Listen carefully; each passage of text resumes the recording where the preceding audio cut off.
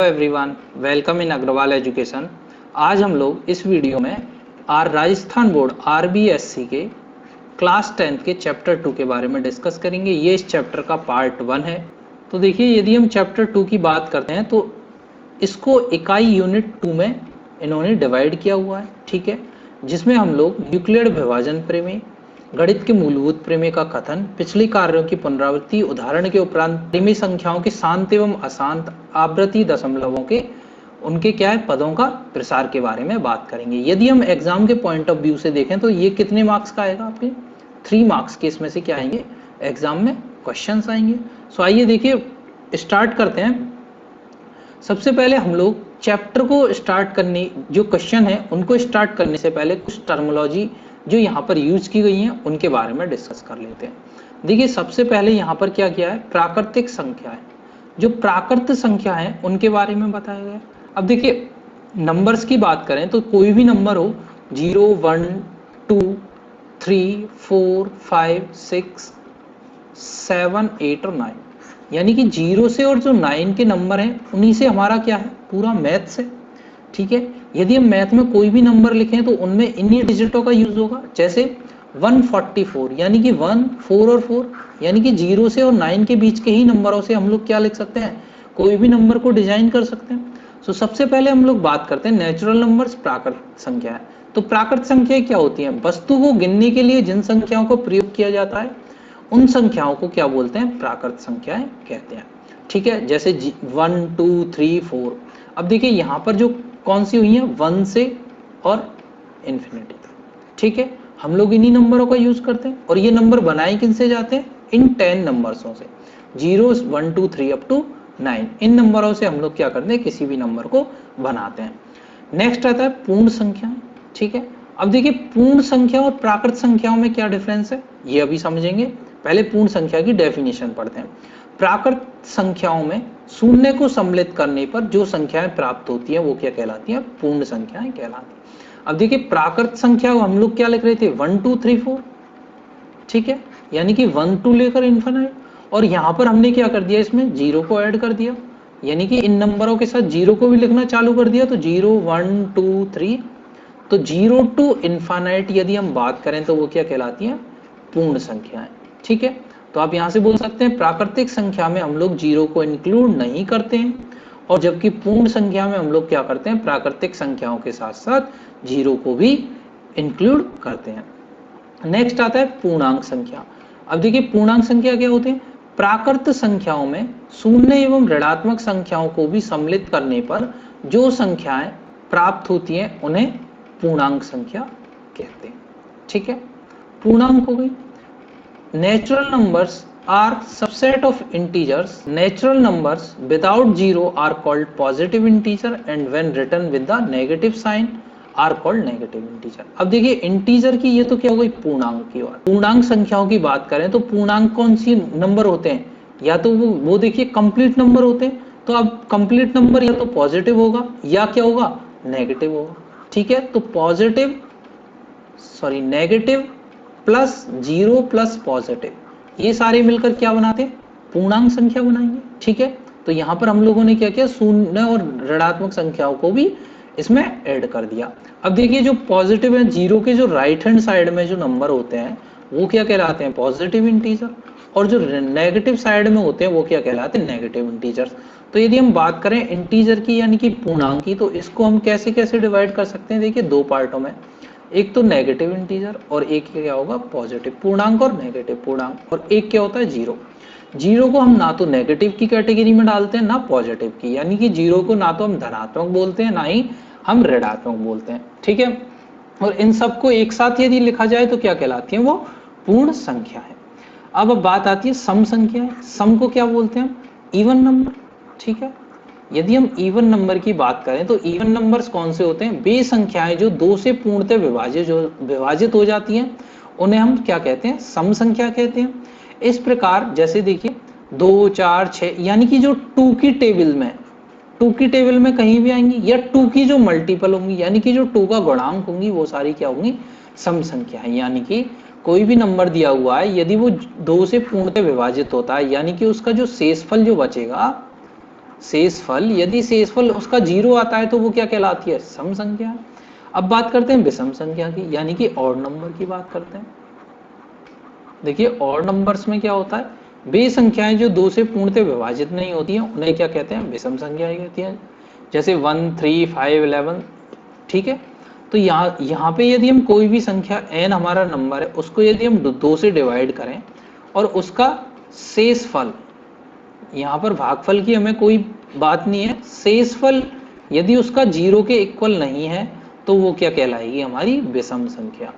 क्या कहलाएगी? विषम संख्या कहलाएगी। ठीक है, तो हम यहाँ से बोल सकते हैं सम संख्याएं क्या होती है और विषम संख्याएं क्या होती है।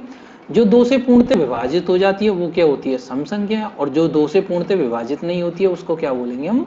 विषम संख्या। ठीक है, यहाँ तक आपको समझ आ गया। अब देखिए आगे पढ़ते हैं, भाज्य संख्या और दूसरी है अभाज्य संख्या। ठीक है, यानी कि कंपोजिट नंबर और प्राइम नंबर।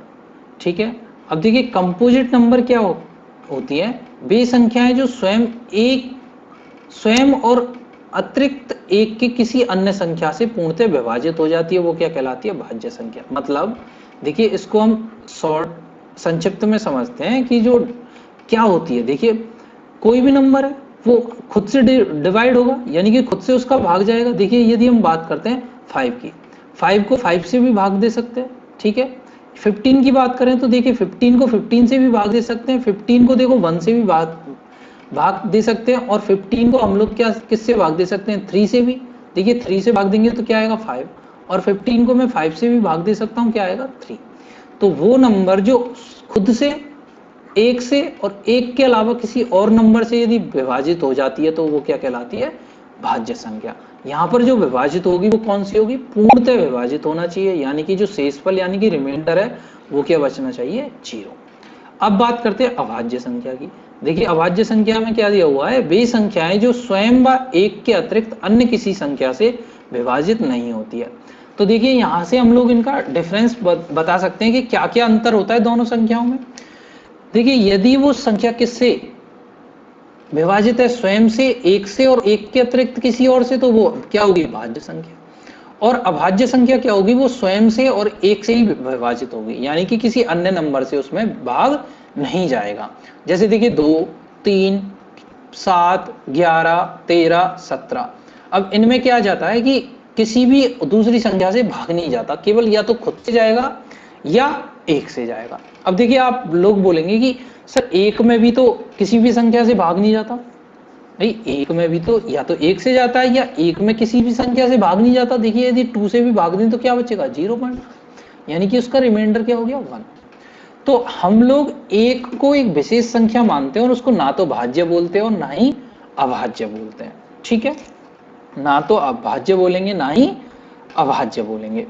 तो ये तो रहा हमारा प्राइम नंबर। देखिए प्राइम नंबर की इंग्लिश में भी एक बार रीड कर लेते हैं। Any real number that is divisible by only one and itself come under this category. ठीक है, तो यानी कि क्या हुआ? शॉर्ट में यदि हम बात करें तो भाज्य संख्या क्या होगी? जो खुद से, एक से और किसी अन्य संख्या से डिवाइड को, वो क्या कहलाएगी? भाज्य संख्या। और अभाज्य संख्या क्या कहलाएगी?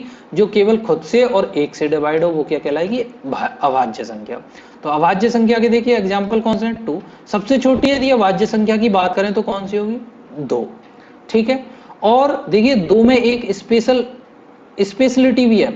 क्या है कि 2 एक ऐसी अभाज्य संख्या है जो अभाज्य होने के साथ साथ क्या है? सम संख्या। तो हम बोल सकते हैं पूरे मैथमेटिक्स में जो सम अभाज्य संख्या है, सम अभाज्य संख्या वो कौन सी है? 2। बाकी सारी जो अभाज्य संख्या है वो क्या है? विषम अभाज्य संख्या है। ठीक है, क्योंकि देखिए यदि कोई भी और सम होगा तो सम संख्या होगी तो वो 2 से डिवाइड होगी। तो यानी कि हम बोल सकते हैं कि सम अभाज्य संख्या केवल कौन सी है? 2 है। बाकी सारी कौन सी संख्या है? विषम अभाज्य संख्या। ठीक है, और सबसे छोटी भी कौन सी हुई? 2, क्योंकि एक को हम लोग क्या नहीं मानते? ना तो अभाज्य मानते हैं ना भाज्य मानते हैं। ठीक है, यहां तक आपको कोई प्रॉब्लम नहीं। अब देखिए नेक्स्ट पढ़ते हैं प्रमेय संख्याएं। अब देखिए प्रमेय संख्या कौन कौन सी होती हैं? प्रमेय संख्या वो सारी संख्या होती हैं जिन्हें हम क्या कर सकते हैं? P/Q, यानी कि P/Q किसी अंश के रूप, भिन्न के रूप में क्या कर सकते हैं? हम उसको लिख सकते हैं। वो क्या कहलाती हैं? परिमेय संख्या कहलाती है। और पी और क्यू क्या है, दोनों पूर्णांक, और वहां पर जो क्यू है वो क्या नहीं हो सकता, नॉट इक्वल टू जीरो, यानी कि कभी भी जीरो नहीं होगा, क्योंकि आपको पता है किसी भी संख्या में हम जीरो से क्या नहीं दे सकते, भाग नहीं दे सकते। तो यानी कि यहाँ पर जी क्यू कभी भी क्या नहीं होगा, जीरो नहीं होगा। यदि क्यू जीरो हो जाएगा तो वो परिमेय संख्या नहीं कहलाएगी। ठीक है, तो देखिए जैसे एग्जांपल लेते हैं 4। अब देखिए 4 तो बोलेंगे सर हमने तो इसको ऐसे ही लिख दिया, तो 4/1 लिख सकता हूं, P/Q हो गया। जैसे ही P/Q हुआ तो यहां पर देखिए Q not equal to zero होगा। ठीक है, तो हम लोग इसको क्या बोल सकते हैं, परिमेय संख्या बोल सकते हैं। देखिए 3/4, इसको भी P/Q बोल सकते हैं। ठीक है, और देखिए जीरो को तो मैं 0/1 भी लिख सकता हूँ, 0/2 भी लिख सकता हूँ, 0/100 भी लिख सकता हूँ। तो ये भी क्या हो गया, P/Q। तो 0, 1, 2 सारे के सारे पूर्णांक और P/Q यानी कि भिन्न, ये सब किस में आएंगी, परिमेय संख्या में। देखिए एक बार इसको इंग्लिश में डेफिनेशन पढ़ लेते हैं। Rational number a fraction with an integer numerator and a positive integer in the denominator. ठीक है, क्या होना चाहिए, इंटीजर्स होने चाहिए। It is represented in the form of P/Q where P and Q are integer and Q is not equal to zero. अब देखिए यहां पर हमें एक चीज और मिली है कि जो हम कोई भी नंबर है, जैसे ये -Q है, तो हम इसको कैसे लिखेंगे, -P/Q।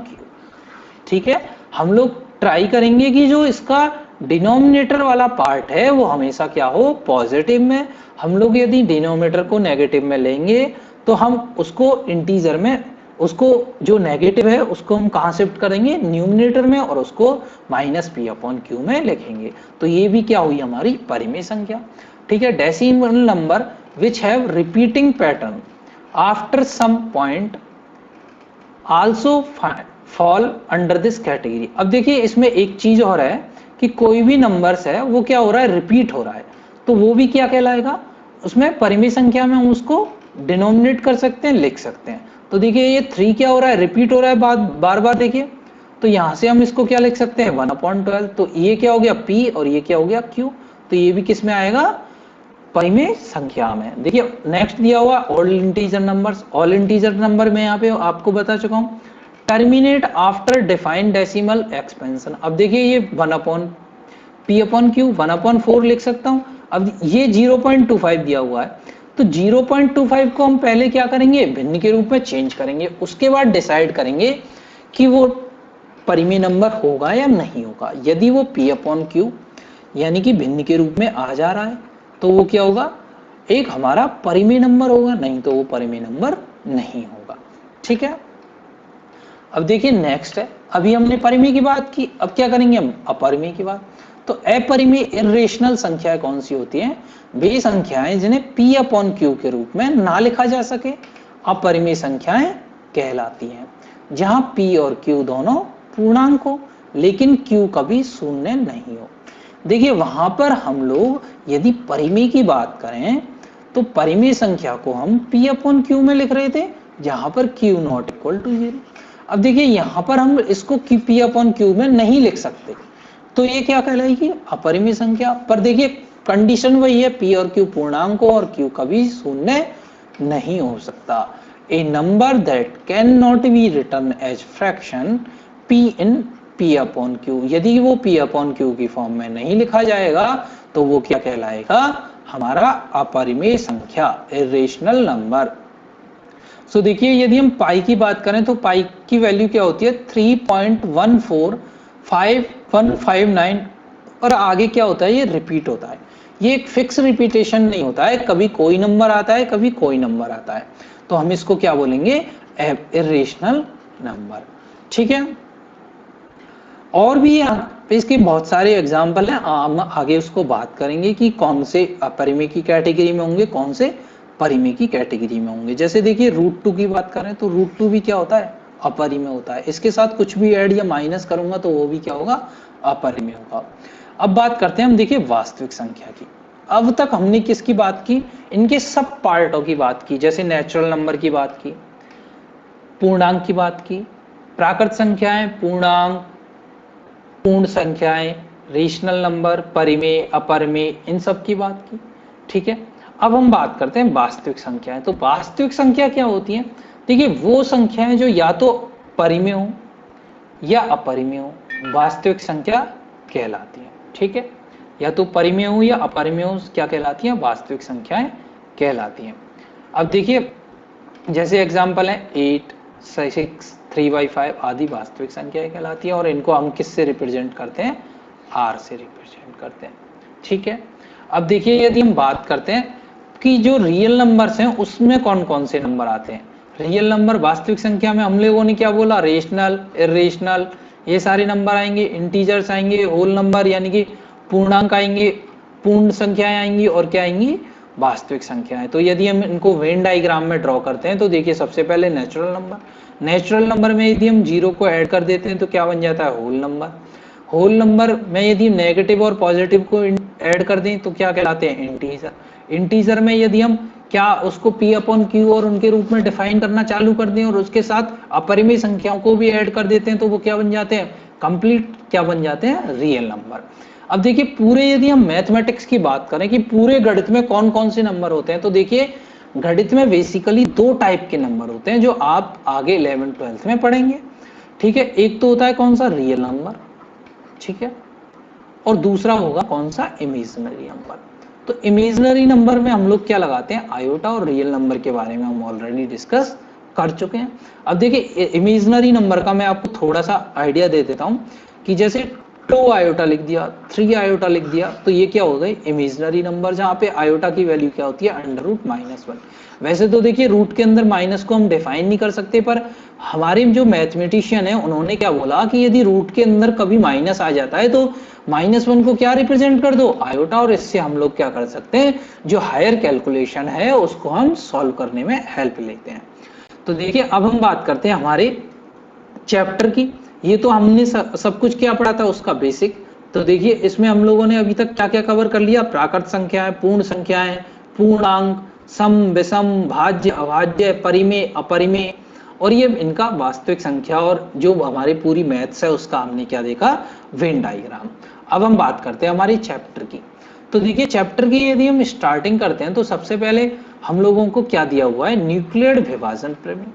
ठीक है, अब देखिए, न्यूक्लियड विभाजन प्रमेय यानी कि लेनमा, तो हम बात करें तो वो क्या होता है? जो हमारा लॉन्ग डिवीजन प्रोसेस होता था, जो हम भाग दे देकर ऐसे निकालते थे, उसका क्या है? ये रीस्टेटमेंट है। यानी कि उसको ही हम छोटी प्रक्रिया में या दूसरी तरीके से इसको लिख रहे हैं, और हम क्या बोल रहे हैं? न्यूक्लियड विभाजन लेमा, यानी कि न्यूक्लियड विभाजन प्रमेय का।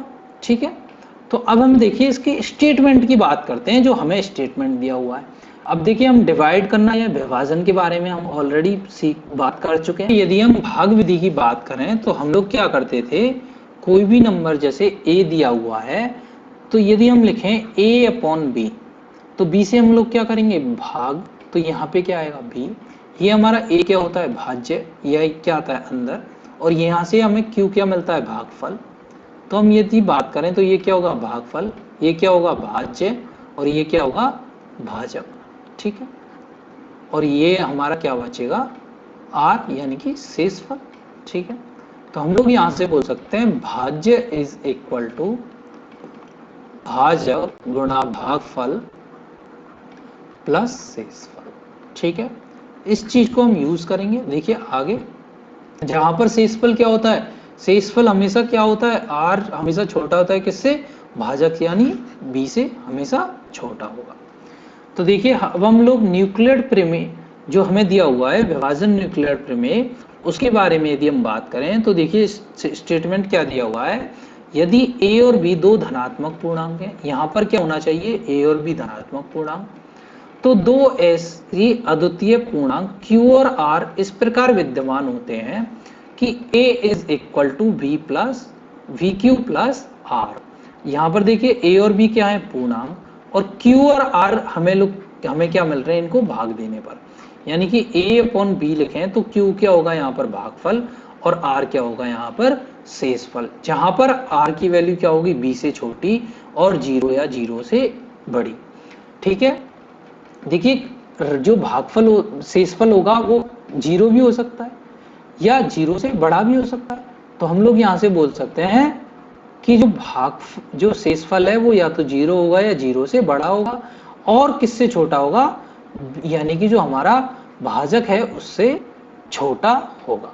ठीक है, अब देखिए इसमें भी ये कंडीशन हो गई, उसके साथ साथ एक कंडीशन और है कि यहाँ पर जो b है वो नॉट इक्वल टू 0 होगा ही होगा। उसके साथ ये उपरोक्त प्रमेय सभी पूर्णांकों शून्य को छोड़कर प्रयुक्त की जा सकती है। तब ध्यान रहे कि q और r शून्य भी हो सकते हैं।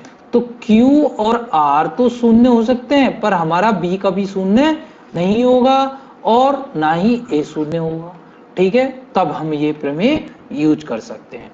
तो आई होप आपको यहाँ तक क्लियर हो गया होगा कि क्या स्टेटमेंट है, कैसे हमें यूज करना है। अब देखिए इसको हम क्वेश्चन के माध्यम से ज्यादा समझते हैं। देखिए कोई उदाहरण 1 दिया हुआ है, दर्शाइए कि कोई भी धनात्मक पूर्णांक 3q प्लस 1 3q प्लस 2 के रूप में लिखा जा सकता है, जहां कोई क्या है, पूर्णांक है, q कोई पूर्णांक है। अब देखिए हम लोग यदि यहाँ पर न्यूक्लियेट प्रमेय की बात करें तो न्यूक्लियेट प्रमेय का स्टेटमेंट क्या था, a is equal to V Q plus R. ठीक है, a बराबर बी क्यू प्लस आर। अब देखिए हमें क्या यहाँ से लेना है, हमें 3q प्लस 1 और 3q प्लस 2 बनाना है। अब देखिए यहाँ से यदि मैं कंपैरिजन करूं तो b की वैल्यू क्या लिख सकता हूँ, 3। जब b की वैल्यू 3 होगी तो r की वैल्यू मैं क्या लिखूंगा, r कहां से कहां तक वेरी करता है, देखिए r क्या होगा, b से छोटा होगा और 0 या तो 0 के बराबर होगा या 0 से बड़ा होगा। तो देखिए r की वैल्यू क्या क्या आई, b से छोटा नंबर कौन सा होगा, 2। तो b क्या होगा, 0 हो सकता है, देखिए 1 हो सकता है और 2 हो सकता है। अब देखिए यहाँ पर r भी क्या होगा, कोई पूर्णांक होगा। तो अगला पूर्णांक क्या होगा, 3। तो b के बराबर तो होगा नहीं, तो क्या होगा, ये r 0 1 और 2 होगा। ठीक है, अब हम लोग यहाँ से क्या करेंगे, न्यूक्लियर विभाजन प्रमेय से यदि हम बात करें तो यदि इसकी मैं वैल्यू लिखूं, यहाँ पर b क्या है, 3, और अब मैं इसकी यदि वैल्यू लिखूं जब r बराबर 0 है और b बराबर क्या है, 3 है, तो a बराबर क्या होगा, देखिए a बराबर क्या है, बी क्यू प्लस आर। तो b की वैल्यू क्या है, 3, q as it is, r की वैल्यू क्या है, 0। तो a बराबर क्या आएगा, 3q। ठीक है, तो हम लोगों ने फर्स्ट इसको रिप्रेजेंट कर दिया कि कोई भी धनात्मक पूर्णांक को हम क्या लिख सकते हैं, a is equal to 3q। अब देखिए दूसरा लिखते हैं, दूसरे में हमें क्या बनाना है, a is equal to 3q plus 1। अब देखिए यहां से यदि इसको बनाऊंगा तो क्या करूंगा, जब b बराबर क्या है, 3 है और r बराबर क्या दिया हुआ है, 1, तो a बराबर क्या होगा, b की वैल्यू क्या है, 3, q प्लस r की वैल्यू क्या होगी, 1, तो a बराबर 3q प्लस 1। ठीक है, ये हम लोग लिख चुके हैं। ये समझ में आया हम लोगों ने कैसे इसकी वैल्यू निकाली और कैसे इसको पुट किया। अब देखिए थर्ड बनाते हैं, जब b इज इक्वल टू 3, ये तो होगा ही होगा, और r की वैल्यू क्या लेते हैं हम, 2। r की वैल्यू कहां तक है, 2। देखिए पहले क्या थी, 0, तो 0 ली, फिर क्या थी, 1, तो हमने एक बार 1 को यूज किया, अब हमने किसको लिया है, 2 को। तो देखिए r बराबर क्या था, B Q plus R, B की वैल्यू क्या थी, 3, क्यू की एज इट इज, और r की वैल्यू क्या रखेंगे हम, 2। तो a बराबर 3q प्लस 2। ठीक है, तो हम किसी भी नंबर को 3q प्लस 1 3q प्लस 2 के रूप में लिख सकते हैं। ठीक है, आपको समझ आ गया। अब देखिए नेक्स्ट क्वेश्चन करते हैं, दर्शाइए कि प्रत्येक धनात्मक समपूर्णांक 2q के रूप में होता है तथा प्रत्येक विषम पूर्णांक 2q प्लस 1 के रूप में होता है, जहां पर q कोई एक पूर्णांक है। इसको सॉल्व करने से पहले हम लोग समपूर्णांक के बारे में पढ़ चुके हैं। देखिए समपूर्णांक को एक बार फिर से पढ़ लेते हैं। समपूर्णांक कौन से पूर्णांक होते हैं, जिनको हम क्या कर सकते हैं, 2 से भाग कर सकते हैं, यानी कि 2 गुणा कुछ भी दिया होगा तो वो क्या होगा, समपूर्णांक होगा। ठीक है, और हम अब यहां से क्या करेंगे, इसको 2q प्लस 1 के रूप में रिप्रेजेंट करेंगे। तो अब हम कोई भी नंबर ले लेते हैं, जैसे a बराबर क्या दिया हुआ है, pq प्लस ठीक है, बी क्यू प्लस आर। अब हमें इसको क्या करना है, समपूर्णांक के बार प्रेजेंट करना है। तो यहां से यदि हम बात करें तो b की वैल्यू क्या ले सकते हैं, 2, तो r की वैल्यू क्या होगी, r छोटा होगा किससे, 2 से, और किसके या बराबर या बड़ा होगा 0 के।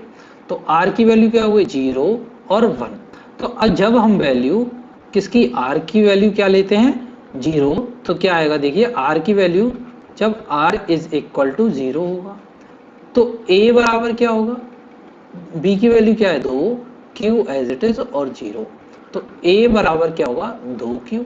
ठीक है, और हमें पता है कि जब कोई भी समपूर्णांक 2 से गुणा होता है या कोई भी पूर्णांक सम हो या विषम हो, यदि हम उसको 2 से गुणा कर देते हैं तो वो क्या बन जाता है, समपूर्णांक। तो ये क्या हो गया यहाँ से सम, तो हम लिख सकते हैं a क्या होगा, समपूर्णांक होगा। क्या होगा, a समपूर्णांक होगा। अब यदि a समपूर्णांक है तो कोई भी नंबर क्या होता है, या तो सम होगा या विषम होगा। ठीक है, कोई भी नंबर क्या होगा, कोई भी नंबर या कोई भी संख्या क्या होगी, या तो सम होगी या क्या होगी, विषम होगी। ठीक है, अब देखिए a यदि सम है तो यदि मैं सम में एक ऐड कर देता हूं तो क्या बन जाएगा, विषम। ठीक है, तो ये क्या होगा, 2 का मल्टीपल नहीं होगा। अब यदि हम बात करें, देखो a बराबर जब r की वैल्यू क्या है, 1, ठीक है, तो a बराबर क्या होगा, 2q प्लस 1, और ये क्या था, सम था, तो अब यहां से a क्या हो गया, विषम हो गया। ठीक है, जब a यहां पर पहले सम था, अब हमने उसमें क्या ऐड कर दिया, a ऐड कर दिया, तो ये क्या बन गया, विषम पूर्णांक। तो हम बोल सकते हैं कि कोई भी धन पूर्णांक को 2q तो क्या होगा, सम, और विषम जो पूर्णांक होगा 2q प्लस 1 वो क्या होगा, विषम पूर्णांक। तो हम उसको सम और विषम के रूप में रिप्रेजेंट कर सकते हैं। तक आपको कोई प्रॉब्लम नहीं, ये आपको समझ आ गया होगा। अब देखिए नेक्स्ट क्वेश्चन दिया हुआ है उदाहरण 3।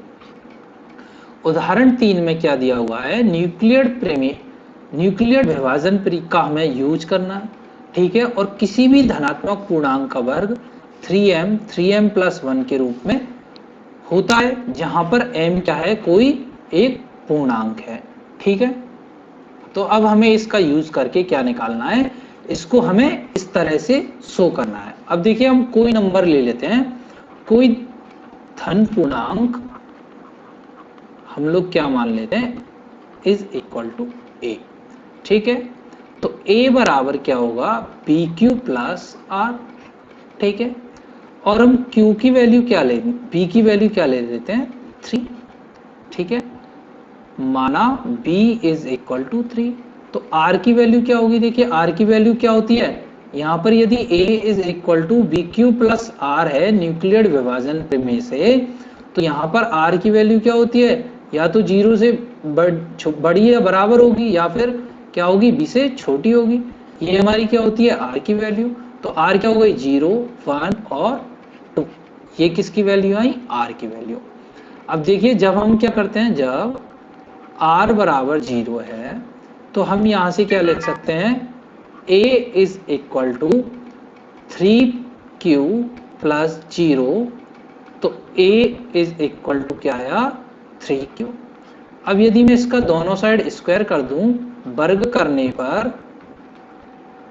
करने पर क्या आएगा, a square is equal to 3q का स्क्वायर। ठीक है, सो देखिए a square is equal to 9q square. ठीक है, और हमें किस में रिप्रेजेंट करना है, 3m में। तो a square is equal to क्या, मैं इसको ऐसे लिख सकता हूँ, 3 इंटू 3q स्क्वायर। ठीक है, सो 3q स्क्वायर माना 3q square is equal to m। So a square बराबर क्या हो जाएगा, 3 गुणा m, यानी कि a स्क्वायर बराबर 3m। ठीक है, और यही हमको क्या करना था, दिखाना था। अब देखिए कोई भी हमने क्या माना था, कोई धन पूर्णांक माना था। अब उसका यदि हम स्क्वायर करें तो क्या आ गया, 3m आ गया, जहां पर m की वैल्यू क्या हुई, where m is equal to 3q square, जहां पर m की वैल्यू क्या है, 3q स्क्वायर। ठीक है, ये आपको समझ आ गया।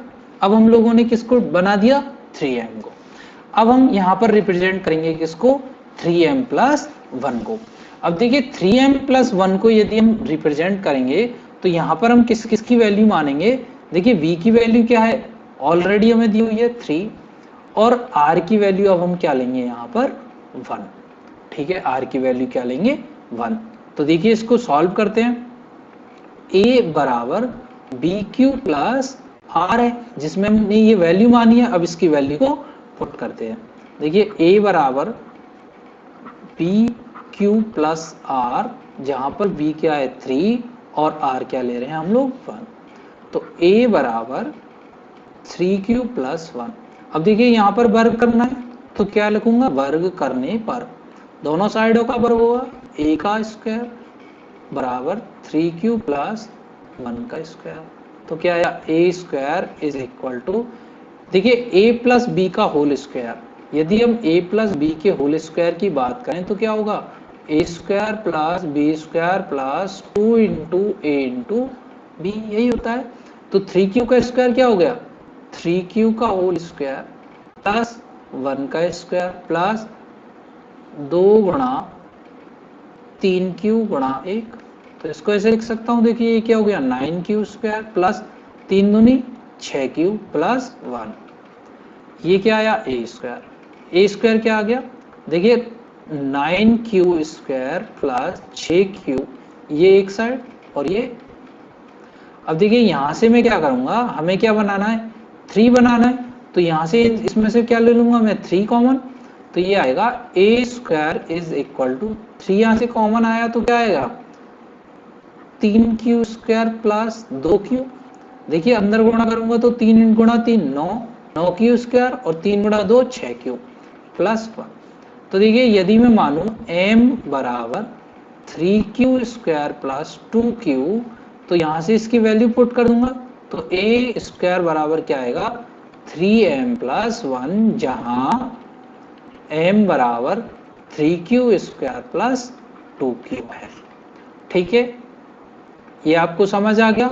अब देखिए क्वेश्चन में और क्या दिया था, किसी का वर्ग, ठीक है, हमने वर्ग करने पर इसको क्या बना दिया, a square is equal to 3m, ये हम ऑलरेडी क्या कर चुके हैं, बना चुके हैं, देखिए वर्ग करने पर, और दूसरी हमने नेक्स्ट स्टेप में क्या कर दिया 3m प्लस 1 के रूप में इसको रिप्रेजेंट कर दिया। अब हम देखिए एक्सरसाइज के क्वेश्चन करते हैं। एक्सरसाइज 2.1 में क्वेश्चन नंबर 1 दिया हुआ है, दर्शाइए एक विषम धनात्मक पूर्णांक संख्या का वर्ग 8q प्लस 1 के रूप में होता है, जहां q एक क्या है धनात्मक पूर्णांक, ठीक है। अब देखिए हम लोग वही न्यूक्लियर प्रमेय का यूज करेंगे, ठीक है, न्यूक्लियर प्रमेय का यूज करेंगे, तो न्यूक्लियर प्रमेय का हम लोग यूज करेंगे, तो यहां से हम लिख सकते हैं a is equal to B Q plus R, ठीक है, बी क्यू प्लस आर। अब हमें क्या करना है, यहाँ पर देखिए वर्ग करने पर हमें क्या आना चाहिए 8q प्लस आर आना चाहिए। अब देखिए यहाँ पर क्वेश्चन में ऑलरेडी q लिया हुआ है, तो मैं यहाँ पर q की जगह क्या लिख सकता हूँ, m लिख सकता हूँ या n लिख सकता हूँ, जो भी आप लिखो, ठीक है। तो यहाँ से हम लोग क्या मानते हैं, a की वैल्यू क्या, b की वैल्यू क्या हो गई 8, तो r की वैल्यू क्या होगी, r की जो वैल्यू होगी वो क्या होगी, छोटी होगी किससे 8 से, और बड़ी या बराबर होगी किसके 0 के। तो यहां से एक तो ये मेथड हो गया कि आप b की वैल्यू क्या मानो, डायरेक्ट 8 मानो। अब देखिए यहां पर ये बोल रहा है वर्ग करने पर, तो वर्ग करने पर हम लोग यदि 4 का वर्ग करें तो क्या आता है 16, तो यहां से भी हम 8 बना सकते हैं। यदि 2 का वर्ग करें तो क्या आएगा 4, तो यहाँ पर क्या है वर्ग नहीं बना सकते, तो हम लोग 8 ना लेकर हम लोग क्या लेंगे यहाँ पर 4, ठीक है। तो अब हम इस क्वेश्चन को देखिए कैसे करेंगे, न्यूक्लियर प्रमेय का यूज करेंगे और इस क्वेश्चन को अब हम सॉल्व करेंगे। तो देखिए न्यूक्लियर प्रमेय का यूज करते हैं, तो a बराबर बी एम प्लस आर दिया हुआ है, ठीक है। हम लोग मानते हैं, माना b की वैल्यू क्या है 4 है, तो r की वैल्यू क्या हो गई 4 से छोटी और किससे 0 से बड़ी या बराबर, तो r की वैल्यू हुई 0 1 2 और 3। अब देखिए यहाँ पर आपको एक बेनिफिट ये है कि आपको इसको हर एक r के लिए सॉल्व नहीं करना, ठीक है। आपको यहाँ पर देखिए ये देखना है कि 1 बनाना है, तो आप यहाँ पर क्या ले सकते हैं, r इज इक्वल टू 1। तो r is equal to 0 put नहीं करना है, आपको सीधा सॉल्व करना है r बराबर 1 पर। तो यहां से सॉल्व करेंगे जब r बराबर 1 और b बराबर क्या दिया हुआ है 4, तो a की वैल्यू क्या हो गई 4m प्लस 1। तो एक, अब देखिए यहां पर क्या दिया हुआ है वर्ग करने पर, तो यहां से लिखेंगे हम लोग वर्ग करने पर, क्योंकि हमें क्या बनाना है उस पूर्णांक को वर्ग करके इसको रिप्रेजेंट करना है। तो a स्क्वायर बराबर 4m प्लस 1 का स्क्वायर। देखिए a square plus b square को अभी मैं बता चुका हूं आपको, a प्लस बी का होल स्क्वायर क्या होगा a स्क्वायर प्लस 2 गुणा a गुणा b प्लस बी स्क्वायर, यही होगा, यानी कि a square plus 2ab plus B square. तो यहां से इसको यदि हम वर्ग करके लिखें तो क्या आएगा, a स्क्वायर बराबर 4m का स्क्वायर प्लस 2 गुणा 4m प्लस 1 प्लस 1 का स्क्वायर। तो ये क्या आया 16m square plus 8m plus 1। अब हमें किसके रूप में रिप्रेजेंट करना है, 8q बनाना है। तो देखिए यहां से मैं 8 कॉमन ले लेता हूं, तो अंदर क्या बचेगा 2m स्क्वायर प्लस m और ये प्लस 1। ये प्लस 1 यहाँ पर क्यों रखा, क्योंकि यहाँ पर हमें क्या बनाना है प्लस 1। तो a स्क्वायर बराबर 8, और यहाँ पर मैं क्या मान लेता हूं कि q बराबर, माना q बराबर 2m स्क्वायर प्लस m, ठीक है। तो यहां से क्या आया 8q प्लस 1, और हमें क्या बनाना है, a क्या है विषम धनात्मक पूर्णांक था, ठीक है, a कोई भी क्या है विषम धनात्मक पूर्णांक। अब देखिए यहाँ पर 4m तो क्या है पॉजिटिव था, पर हमने यहाँ पर एक ऐड किया था, तो ये क्या हो गया विषम हो गया, धनात्मक पूर्णांक ऑलरेडी था। तो हम किसी भी धनात्मक पूर्णांक के वर्ग को क्या ले सकते हैं 8q प्लस 1 के रूप में रिप्रेजेंट कर सकते हैं, ठीक है। यहां तक आपको समझ आ गया। अब देखिए नेक्स्ट क्वेश्चन करते हैं। क्वेश्चन नंबर 2 दिया हुआ है, न्यूक्लियर विभाजन प्रमेय के द्वारा दर्शाइए कि किसी भी धनात्मक पूर्णांक संख्या का घन 9q 9q plus 1 9q plus 8 के रूप में होता है, जहां पर q क्या है एक पूर्णांक है, ठीक है, q क्या है एक पूर्णांक है। अब देखिए इसको हम न्यूक्लियर विभाजन प्रमेय का यूज करेंगे और इसको क्या बनाएंगे। अब देखिए घन की बात कर रहे हैं, तो यदि 1 का क्यूब मैं करूं तो क्या आएगा 1, 2 का क्यूब करूं तो क्या आएगा 8, और 3 का क्यूब करूं तो क्या आएगा 27। तो 27 से मैं 9 गुणा 3 लिख सकता हूं, तो ये क्या बन सकता है 9 गुणा 3। तो हम लोग यहां से मानेंगे कि कोई भी धनात्मक पूर्णांक क्या है, a बराबर क्या है बी क्यूब प्लस आर। किससे, न्यूक्लियर विभाजन प्रमेय से, जहां पर r की वैल्यू क्या होती है b से छोटी और 0 के बड़े या बराबर, और q is not equal to 0, ठीक है। 0 हो सकता है पर हम यहां पर ये 0 के बराबर नहीं मान रहे हैं, ठीक है। तो देखिए अब यदि हम बात करें इसकी तो हम लोग क्या मानेंगे, माना b बराबर, अब देखिए यहां पर इसको क्या दर्शाया हुआ है q में, तो हम लोग यहां पर q की जगह क्या लेंगे m लिख सकता हूं मैं, ठीक है, q की जगह क्या लिख सकता हूं m। माना b बराबर क्या ले सकता हूं मैं 3, 3 का क्यूब करूंगा तो क्या आएगा 27, 27 से मैं 9 को लिख सकता हूं, ठीक है। तो r की वैल्यू क्या हुई 0, 1 और 2। जब b की वैल्यू 3 है तो r की वैल्यू हम लोग क्या लिख सकते हैं 3 से छोटी होगी और 0 के बराबर या बड़ी होगी। तो r की वैल्यू क्या हो गई 0, 1, 2, ठीक है। अब हम मानते हैं फर्स्ट कंडीशन की यदि हम बात करें, जब r बराबर 0 और b बराबर 3, देखिए b बराबर 3 तो कांस्टेंट है, फिक्स हो गया। तो a बराबर क्या आया bm प्लस r, यानी कि b की वैल्यू क्या है 3, m प्लस r की वैल्यू क्या है 0, तो a बराबर क्या हुआ 3m। अब दोनों साइड क्या करना है क्यूब, क्यूब यानी कि घन करना है, घन क्यूब करने पर, घन करने पर क्या आएगा a का क्यूब बराबर 3m का क्यूब। तो a क्यूब बराबर क्या हो गया 27, 3 का क्यूब क्या होता है 27, 27 m क्यूब। अब देखिए मैं यहां से क्या लिख सकता हूं ए क्यूब बराबर 27 एम क्यूब। ठीक है, तो ए क्यूब बराबर 27 को क्या लिख सकता हूं मैं, 9 गुणा 3 एम स्क्वायर।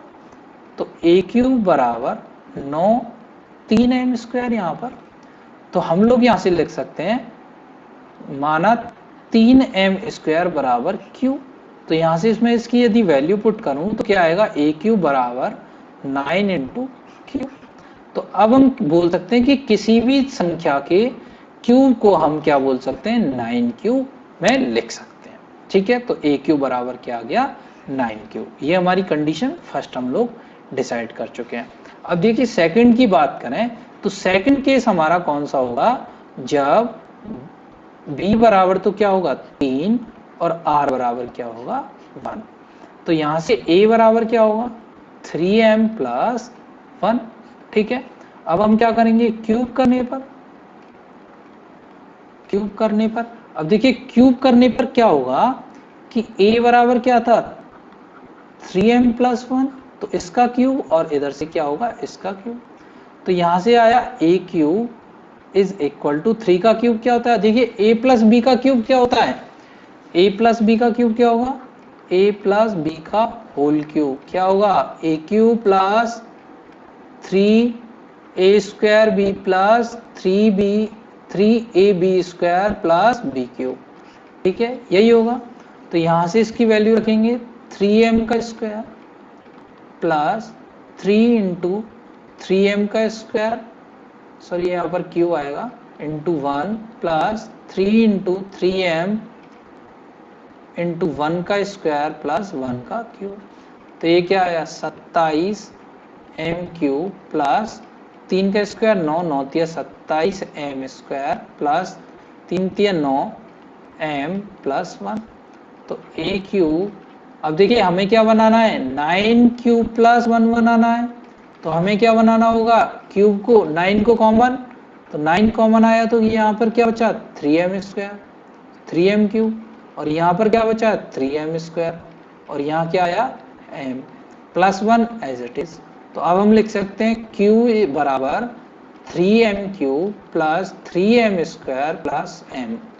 सो यहाँ से यदि मैं इसकी वैल्यू पुट करूं तो क्या आएगा, m क्यूब बराबर 9 गुणा क्यूब प्लस 1।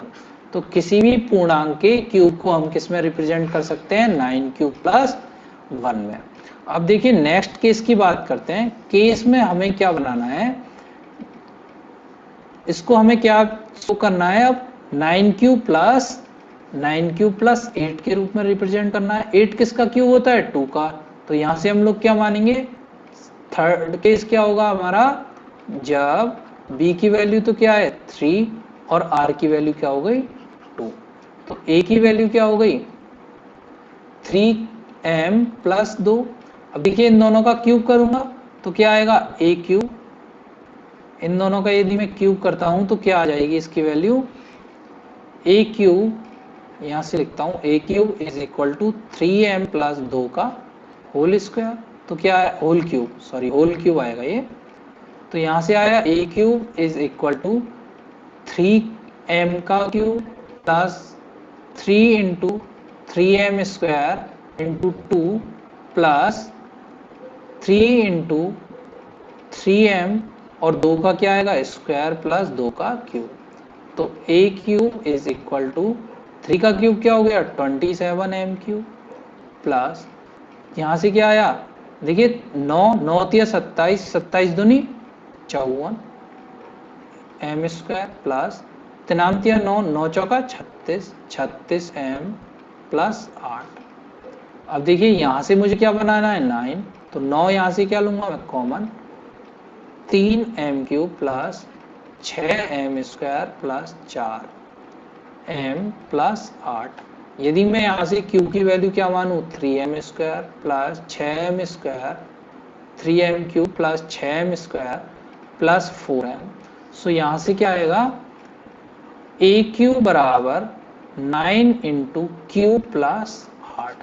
ठीक है, a क्यूब बराबर 9 क्यूब प्लस 8। तो अब हम क्या बोल सकते हैं कि यदि कोई पूर्णांक है उसका यदि हम क्यूब करते हैं तो उसको क्या लिख सकते हैं 9 क्यूब प्लस 8 के रूप में रिप्रेजेंट कर सकते हैं। तो यहाँ तक आपको कोई प्रॉब्लम नहीं होगी। देखिए हम क्वेश्चन नंबर 1 और क्वेश्चन नंबर 2 को डिस्कस कर चुके हैं। तो देखिए क्वेश्चन नंबर 3 दिया हुआ है, दर्शाइए कि किसी भी धनात्मक विषम पूर्णांक संख्या को 6q+1, 6q+3 और 6q+5 के रूप में व्यक्त किया जा सकता है, जहां q एक धनात्मक पूर्णांक है। अब देखिए हम लोग मानते हैं, इसको सॉल्व करते हैं और हमें क्या बताना है कि जो विषम पूर्णांक है उसको इस फॉर्म में लिख सकते हैं। तो इसको सॉल्व करते हैं। माना a क्या है, कोई धनात्मक पूर्णांक है, ठीक है, पॉजिटिव इंटीजर है। अब यहां से a बराबर क्या होगा, bq प्लस r होगा, जहां पर r की वैल्यू क्या होगी, ये कंडीशन होगा। अब देखिए ये धनात्मक पूर्णांक है, या तो क्या होगा, सम होगा या क्या होगा, विषम होगा। तो देखिए यदि हम लोग मानते हैं कि b बराबर क्या है 6, तो r की वैल्यू क्या होगी 0, 1, 2, 3, 4 और 5 हो गई, ठीक है। अब देखिए यहाँ पर यदि हम लोग b की वैल्यू 6 पुट करते हैं और उसमें कुछ ऐड करते हैं, यदि हम 6 रखते हैं तो क्या होगा, धनात्मक होगा, क्योंकि देखिए 6 को हम लोग क्या लिख सकते हैं, 2 गुणा 3। तो यदि किसी भी सम या विषम संख्या का गुणा हम किसी भी सम नंबर से करते हैं तो वो क्या हो जाती है, सम संख्या हो जाती है। तो यहां से हम लोग बोल सकते हैं 6q क्या होगा, एक सम संख्या होगी, ठीक है, सम संख्या होगी। यदि सम संख्या में हम कुछ सम ऐड करें या फिर उस संख्या को हम 2 से मल्टीप्लाई कर दें तो क्या होगी, वो सम संख्या होगी। तो हम देखिए इसके केस को डिस्कस करते हैं, जब r बराबर 0 है और b बराबर क्या है 6, तो a बराबर क्या हो गया 6 इंटू क्यू प्लस 0, तो a बराबर क्या हो गया 6q। अब देखिए ये 6q क्या है, एक पॉजिटिव इंटीजर होगा, क्योंकि इसको हम क्या लिख सकते हैं, 2 गुणा 3q लिख सकते हैं। तो ये पॉजिटिव हो गया, पूरा पॉजिटिव होने के साथ साथ क्या हो गया, सम हो गया। तो यहां से मैं बोल सकता हूं a क्या है, सम धनात्मक संख्या या धनात्मक सम संख्या हो गई, ठीक है।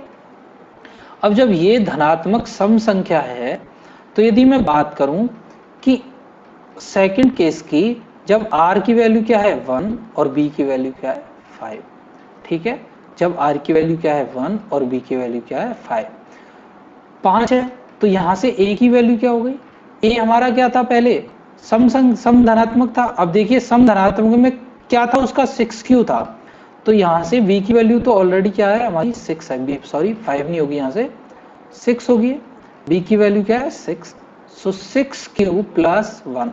अब देखिए 6q तो क्या था, सम, हम पहले ही बता चुके हैं कि 6q क्या है, सम। तो यदि मैं क्या लिखूं, सम प्लस 1, तो ये क्या होगा, विषम। तो यहां से a बराबर क्या हो गया, ये विषम संख्या हो गई, ठीक है। तो हम लोग बोल सकते हैं a बराबर 6q प्लस 1, ये क्या होगी, हमारी विषम संख्या होगी। तो किसी भी विषम संख्या को हम 6q प्लस 1 के रूप में रिप्रेजेंट कर सकते हैं। अब देखिए केस थर्ड की यदि हम बात करें, तो केस थर्ड में r की वैल्यू क्या होगी 3, क्योंकि यदि देखिए r की वैल्यू में 2 रखता हूं, देखिए एक बार हम लोग यहां से क्या रखते हैं, r की वैल्यू 2 रखते हैं। जब r की वैल्यू क्या होगी 2, इसकी देखिए मैं इंक चेंज कर देता हूं, जिसमें r की वैल्यू क्या होगी 2, r बराबर क्या होगा 2 और b बराबर क्या है 6, तो a की वैल्यू क्या होगी 6q प्लस 2, तो यहां से मैं 2 कॉमन ले सकता हूं, तो ये क्या हो गया 3q प्लस 1। अब ये देखिए ये चाहे सम हो चाहे विषम हो, तो 2 गुणा सम संख्या या विषम संख्या क्या आता है, सम संख्या। तो यहां से तो क्या होगा, जब a बराबर r बराबर 2 और b बराबर 6 होगा, तो a की वैल्यू क्या आएगी, सम संख्या आएगी। तो ये तो क्या होगा, सम संख्या, और हमें क्या रिप्रेजेंट करना है, विषम संख्या को। तो अब 2 ले लिया तो क्या आ रही थी, सम संख्या, तो 3 पर क्या आएगी, देखते हैं हम। जब फोर्थ केस होगा ये, जब r बराबर 3 और b बराबर क्या दिया हुआ है 6, तो a बराबर क्या हो गया 6q प्लस 3। देखिए 6q क्या था हमारा, सम संख्या था, सम संख्या प्लस 3 क्या है, विषम संख्या। तो 6q प्लस 3 को मैं क्या लिख सकता हूं, 2 प्लस 1, तो 6q प्लस 2, सम प्लस सम, सम संख्या प्लस 1, देखिए ये क्या हो गया, सम प्लस 1, सम प्लस 1 करते हैं तो क्या आएगा, विषम संख्या आएगी। तो यहां से मैं लिख सकता हूं कि 6 प्लस 3 क्या होगी, विषम संख्या होगी। ठीक है, 6 प्लस 3 क्या होगी, विषम संख्या होगी। जैसे ही अब हम बात करते हैं r बराबर 4 होगा, तो देखिए जब r बराबर यदि हम 4 पुट करते हैं, देखिए जब r बराबर 4 और b बराबर क्या होगा 6, तो क्या आएगा, a बराबर क्या आएगा 6 प्लस 4। तो यहां से मैं क्या लिख सकता हूं, 2 कॉमन, ये क्या आएगा 3 प्लस 2, तो ये क्या हो जाएगा, 2 गुणा सम या विषम क्या होता है, सम संख्या। तो a बराबर क्या हो गया, सम संख्या हो गया। ठीक है, तो ये भी क्या होगा, सम। अब हम बात करते हैं a बराबर 5 की। ठीक है, a बराबर 5 की, जब r बराबर क्या होगा 5 और b बराबर क्या होगा 6, तो a बराबर क्या होगा 6 प्लस 5। अब देखिए ये क्या था, 6 क्या था, सम संख्या था, ये हमारा फिफ्थ केस, ये सम संख्या था और ये क्या है, विषम संख्या। तो आपको पता है सम प्लस विषम संख्या क्या देती है, विषम संख्या देती है। तो a बराबर क्या हो गया, विषम संख्या। तो यहां से विषम संख्या हम क्या लिख सकते हैं, 6 प्लस 5। तो हम यहां से बोल सकते हैं कि किसी भी संख्या में किसी भी धनात्मक विषम पूर्णांक को हम लोग क्या लिख सकते हैं, 6 प्लस 1, 6 प्लस 3 और 6 प्लस 5। ठीक है स्टूडेंट्स, तो आपको यहां तक समझ में आ गया होगा। यदि आपको कोई डाउट है या कुछ पूछना है तो आप कमेंट्स कर सकते हैं। फ्रेंड्स अब हम मिलते हैं अपने नेक्स्ट वीडियो में, जो इस चैप्टर का क्या होगा, पार्ट 2, और हम इसके आगे के कॉन्सेप्ट को उसमें डिस्कस करेंगे।